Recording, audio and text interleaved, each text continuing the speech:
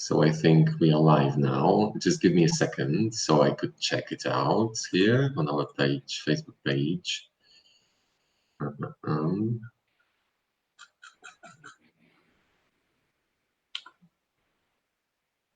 Are we live? Yes, we are here. Great. Okay. So, hi dzień everyone. dobry. Welcome, Elizabeth. Hello. Hello to Poland. Hello. It's really great to see you, and I really appreciate that you have agreed to have this conversation with me today. How are you?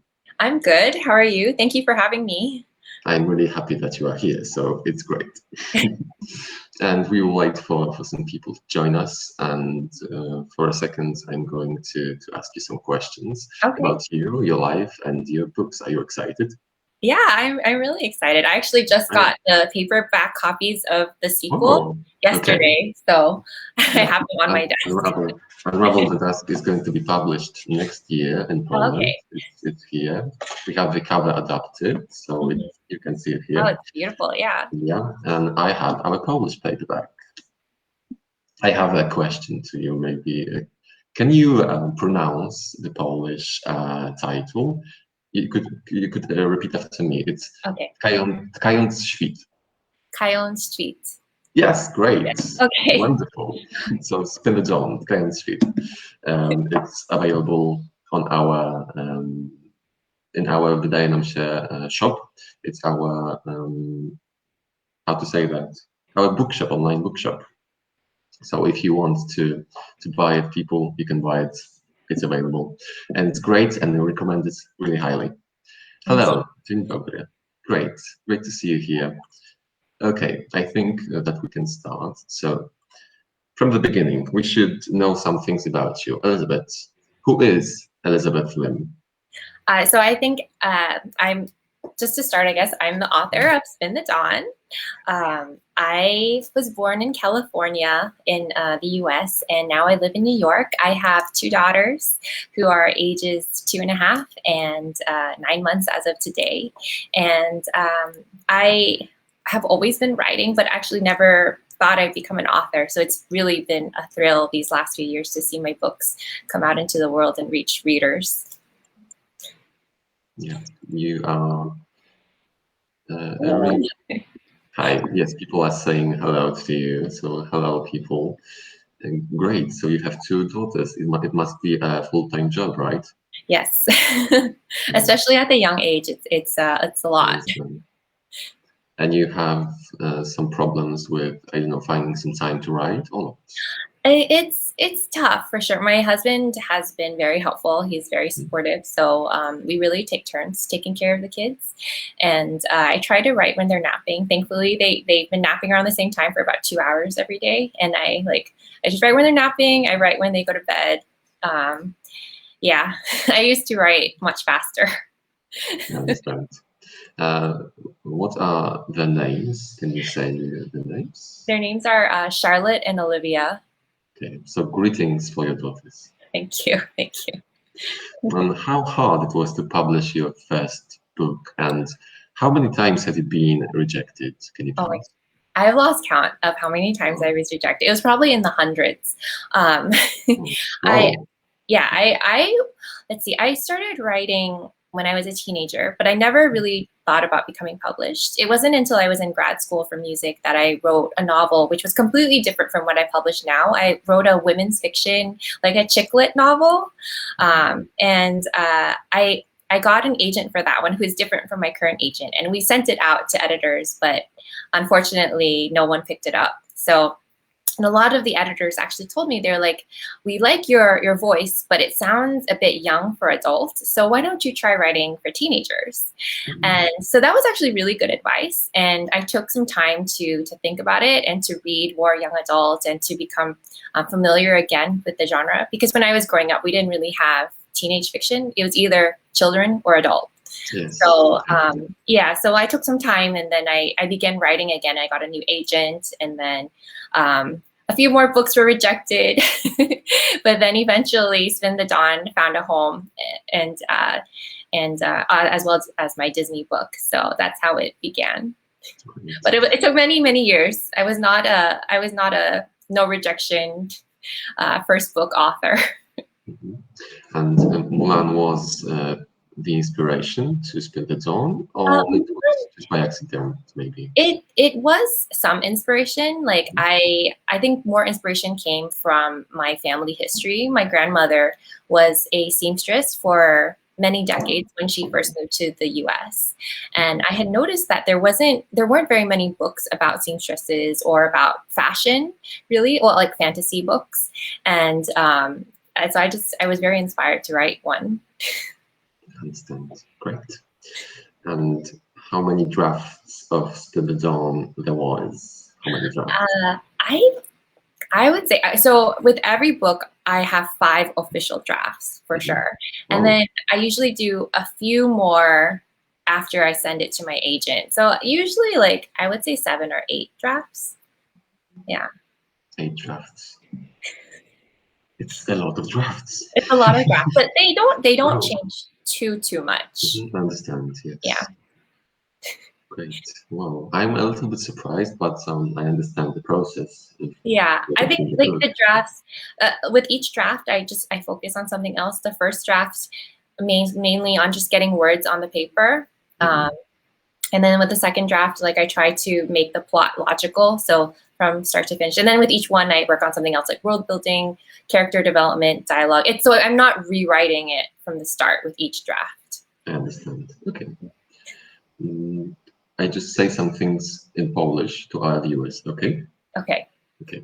Tak, możecie zadawać pytania. Jeżeli macie jakieś pytanie do Elizabeth Lim, to proszę zadawajcie. Postaram się je przeczytać i przetłumaczyć, zatem nie krępujcie się śmiało. Okay, so I told them that they can ask the questions. If they have some questions, I can translate them for you. So yes.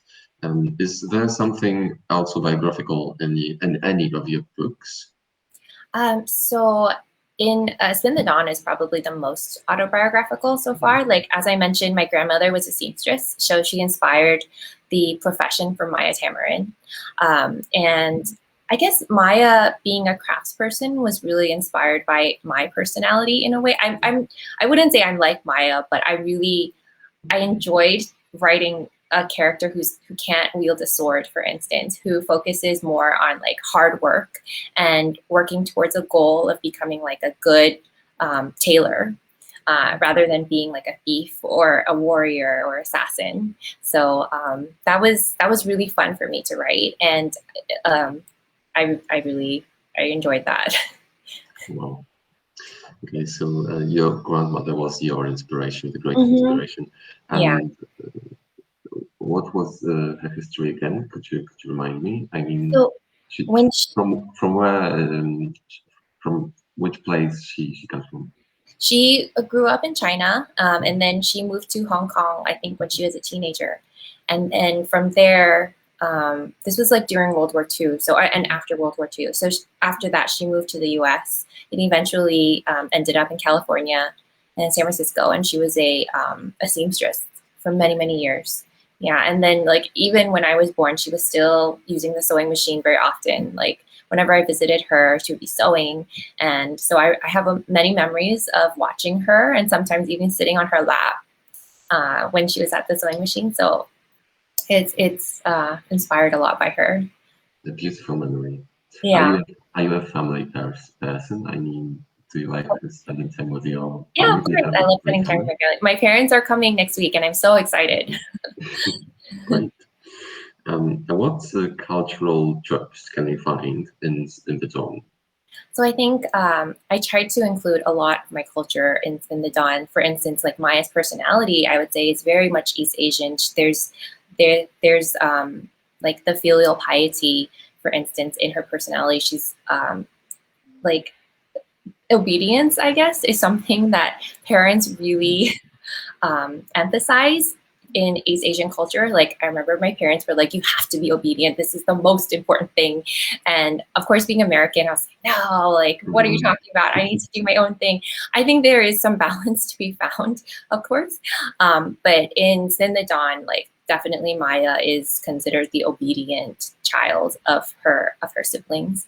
And it's hard for her to, in the beginning, to break out of this I guess, this characteristic that she has and to find her own. So that would be one that I thought strongly about when I was writing. Another, I tried to include a lot of like Chinese folktales and legends in the story, like to weave them in along with the other Western fairy tales that you might notice. So there's like the cowherd and the weaver, which is a very romantic Chinese legend about lovers who can only meet once a year over a bridge in the among the stars. So that's woven into Spin the Dawn and Unravel the Dusk. And there's lots of little allusions to other folk tales, which I really enjoyed. Yeah, I didn't realize, because I don't know a lot of Chinese legends, but now as you mentioned it, I remember that there was something. That's inspired by the cowherd and the weaver.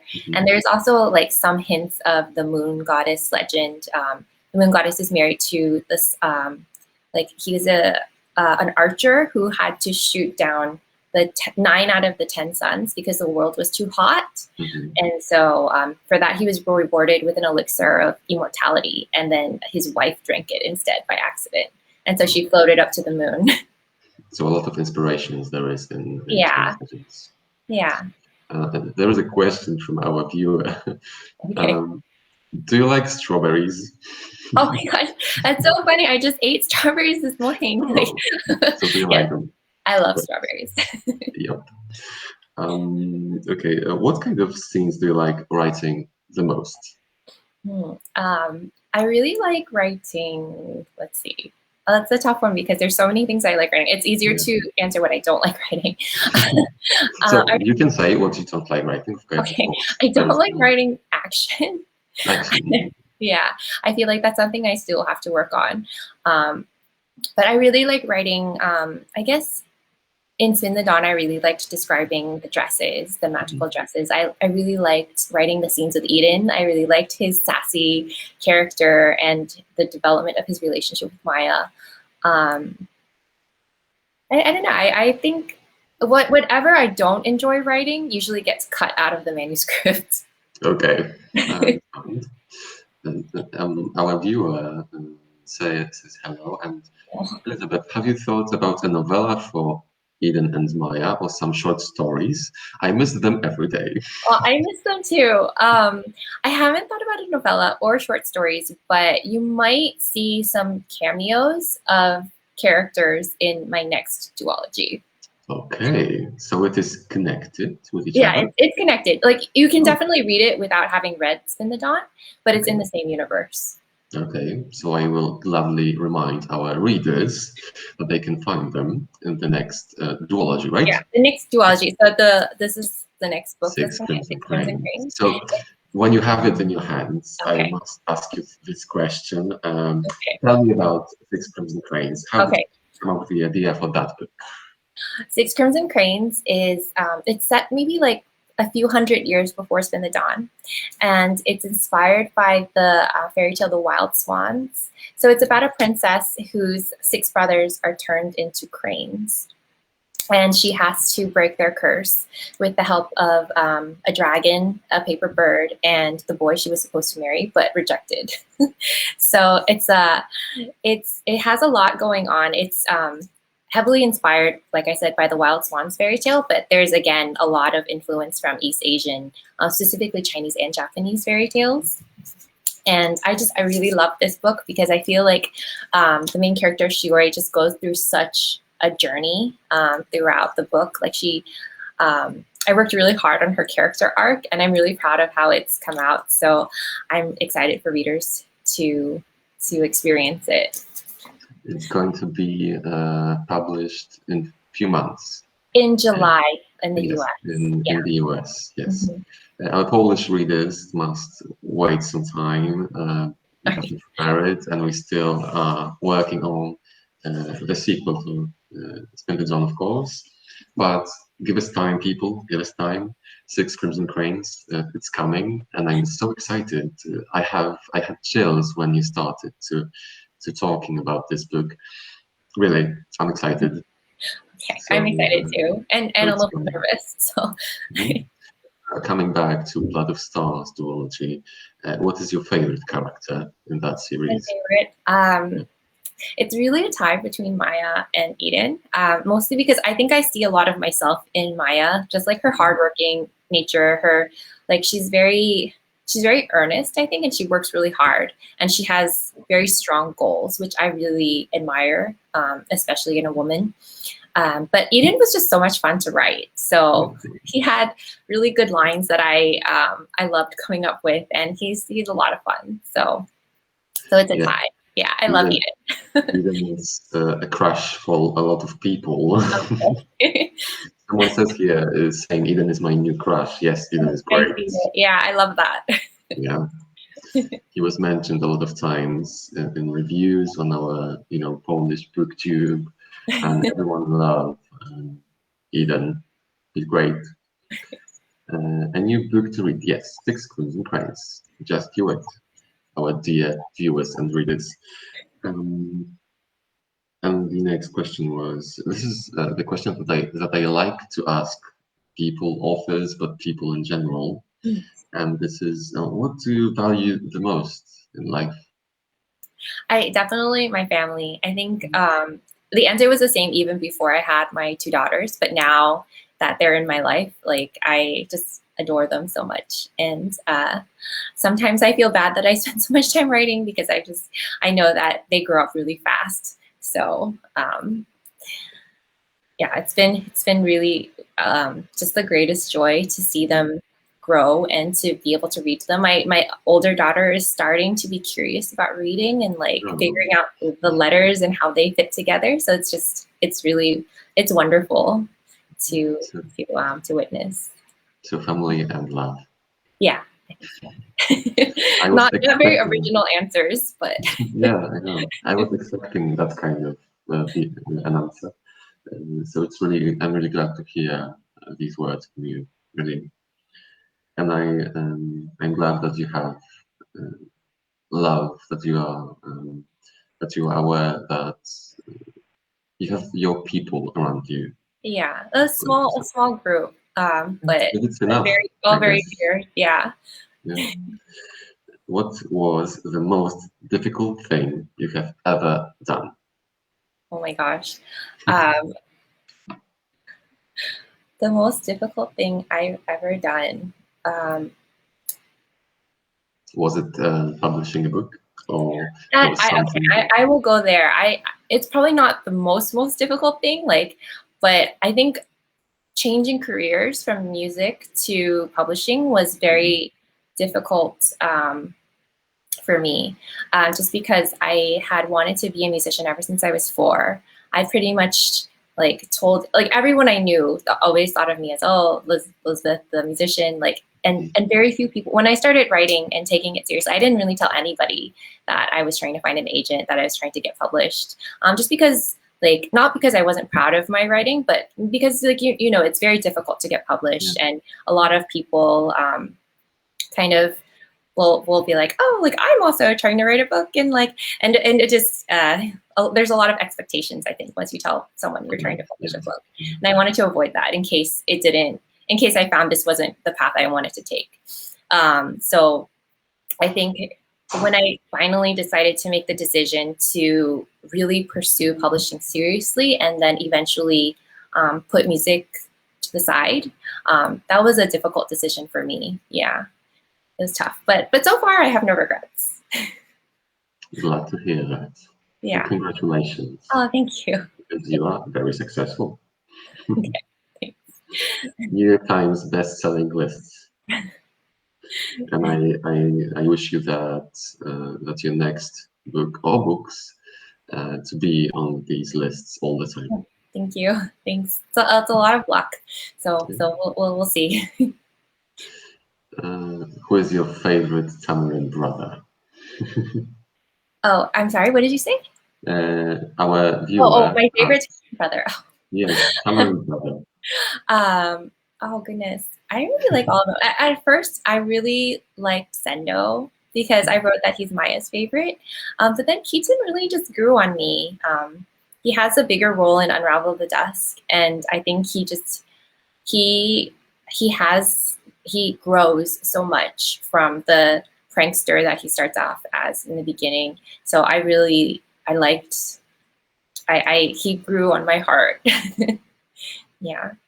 You must know him, people. You must know him. Is there something that you are afraid of, but would like to accomplish? In writing? In writing or in life in general? Or in life? In life, let's see. Well, in writing, I think something that I've been afraid of has been, I guess, I'd really like to try writing something different. Like I said, I began writing women's fiction, chick lit. So I'd really like to explore something aside from fantasy. I love fantasy, but I kind of want to write something contemporary. I'm a little afraid though. Okay, I think it'll probably take me some time to come up with the right story, but it's been percolating in my mind, especially writing something about music. My very first book was about music, and I still remember an editor wrote in my rejection letter that there was no market for a book about classical music. So so I was like, oh, okay. But maybe this is the unexplored region, and yeah, that's true. I would be the editor that would say, yes, let's do this, let's explore this region. This is something we don't have yet, but maybe it's a good idea. Exactly. So that's something that I've been thinking about. You can send it to me. Okay, I will. But I have to write it first. Yeah. I haven't had the right ideas. I think I spent so many years studying music that whenever I write about music now, I feel like I'm writing a paper. Okay. So I need some distance from those years first. Someone asks, is there a topic you will never touch on in your books? Oh, I don't know if it's a topic, but I definitely don't think I could ever write like a sexual assault book, like or where that's the main topic. I think that would be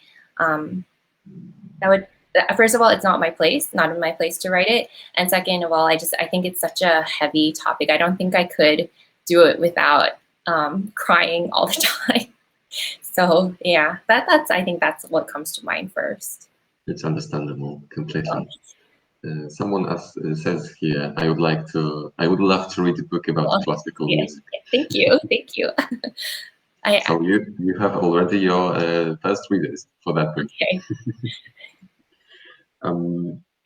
But coming back to music and your career as a musician, tell me a story about Elizabeth as a musician, and why is it so special? Was it so special to her? I think so. I grew up watching a lot of Disney movies, and I guess that was what really inspired me to become a musician. I was learning piano at the time, and then I was watching all these Disney movies with the famous songs like "Part of Your World," "Beauty and the Beast," and I was learning to play them on the piano, and I was like, wow, it would be so amazing if I could one day write music for Disney like this. And I think that's what motivated me to begin to write music. And from there, I took it very seriously. I went to grad school for music for many, many years. And I went to LA over the summers to try to score films and to work on video games. And it was a lot of fun. It was a great experience. And actually, strangely enough, I think it really trained me to become a writer of words as well.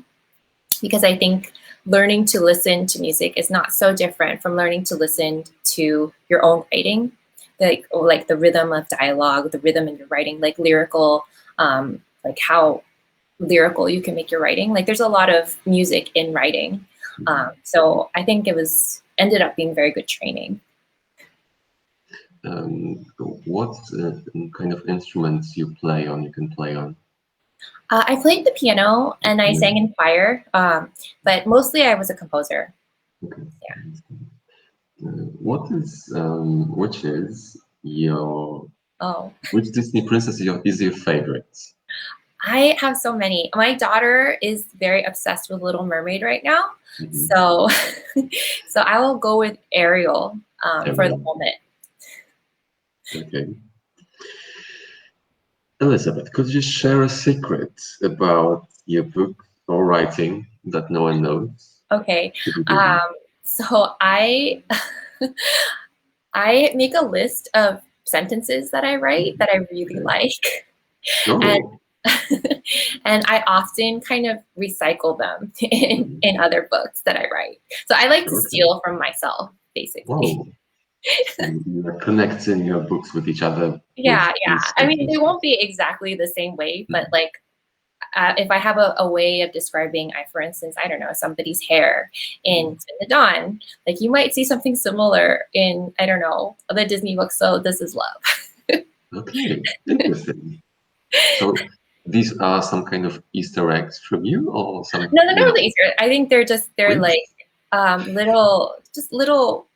little bits of writing that I like. Okay. They're usually no longer than 3 words. Okay. So nobody's gonna notice them except me. But I always feel bad because I'm like, oh no, I'm stealing from myself. But it's just but I Interesting. just like the turn of phrase. So I'll put it And there. really interesting, inspiring, maybe. Thank you. Thank you for Or sharing or that. lazy. Now we are going to be looking for these phrases in your books. I can admit Okay. that I am going to do that. Is there any American myth or legend you would like to write about? Let's see. I don't have any American ones in mind. The Yeah, I chose huh? there are American myths and legends. I mean, I Like don't know. Native American or Yes, I mean, because America is such a, great yeah. region, and this question is just, I don't know on which region we should focus on. Um, I and don't have any in mind at the moment. yeah, it's me neither. So I think that Chinese myths or legends are more interesting, and this is If, something you. if I do end up writing a contemporary, I would love to write more about like America, for instance, and my experiences growing up here, my family's. But I can't think of any myths or legends so far. Mhm. What do you like to read, and what are you currently reading? So I like to read everything. Although I would say I don't read horror or thrillers very much, and I don't read as much nonfiction as I probably should. I say that because my husband reads mostly nonfiction, uh, but I read a lot of fantasy. I really love historical fiction. That's probably the genre that I love as much as fantasy, but haven't written anything of yet.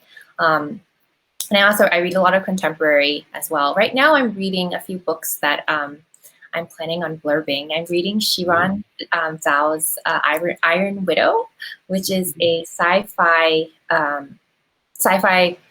young adult novel that's coming out, I believe, this fall. And I just started, but it's really good so far. I was also reading This Lovely War. I forget the author, but it was a very popular book when it came out. It's about World War I told through the eyes of Greek gods. Yeah, and that made me cry. A lot of books made me cry. So yeah, that's what I've been reading so far. You said Iron Widow. Is this the Yes, book? that is Iron Widow. Yes. This is the one. Okay. So you are going to blur that one, Yes. right? Okay. I just wanted to show our viewers what it is. So if you are inspired by Elizabeth, you can read that one in And I English if you. read, yeah. Iron Widow has been really good so far. Great. And do you have your favorite authors, like from the past? Oh Maybe? goodness, that's really tough. I think a lot of my favorite authors are authors I grew up reading. Mhm. So Juliet Marillier, it comes to mind. She wrote Daughter of the Forest, which is a fantasy novel that's also inspired by the Wild Swans fairy tale, but it's Celtic mythology. Yeah. I also really liked Ella Enchanted by Gail Carson Levine. It's a Cinderella fairy. I read a lot of fairy tales, as you can see. Ella Enchanted. It's a Cinderella retelling about Cinderella. She's cursed that she has to be obedient. So if if someone were to tell her to like jump off a cliff, she would have to do it. And those two are the ones that come to mind right now. I read a lot and as a kid. I still try to read a lot, but less lately because of the kids and because of writing. Do you think that writing should go with reading a lot of books to be aware of what or how you should write? I think reading books is essential to learning how to write. Definitely. I think my favorite books tend to be ones I read when I was younger, mainly because I think they shaped what I like to read, even as an adult, and they shaped like my interests in reading. And I just have really fond memories of them. But I think just like reading to learn to write is important because it's kind of like studying in a way. You need lots of materials to help you learn more about a subject. And the more you read, the more you learn. I think it's important also to read books that you might not enjoy, because I think you learn a lot from that too. Like, even if you're reading a book that you think is really awful, it's important to understand why you think it's awful. Yeah. I think it's crucial. Important, really important. Yeah. Maybe even more important than reading a book you enjoy. I agree. Yeah. So reading different books and a lot of books and books from I think so. But also important not to feel too guilty if you can't read a lot. I tell this to myself, I think. Exactly. And do you have some advice for young readers, writers who want to be published, maybe? I think it's important to write a book from start to finish.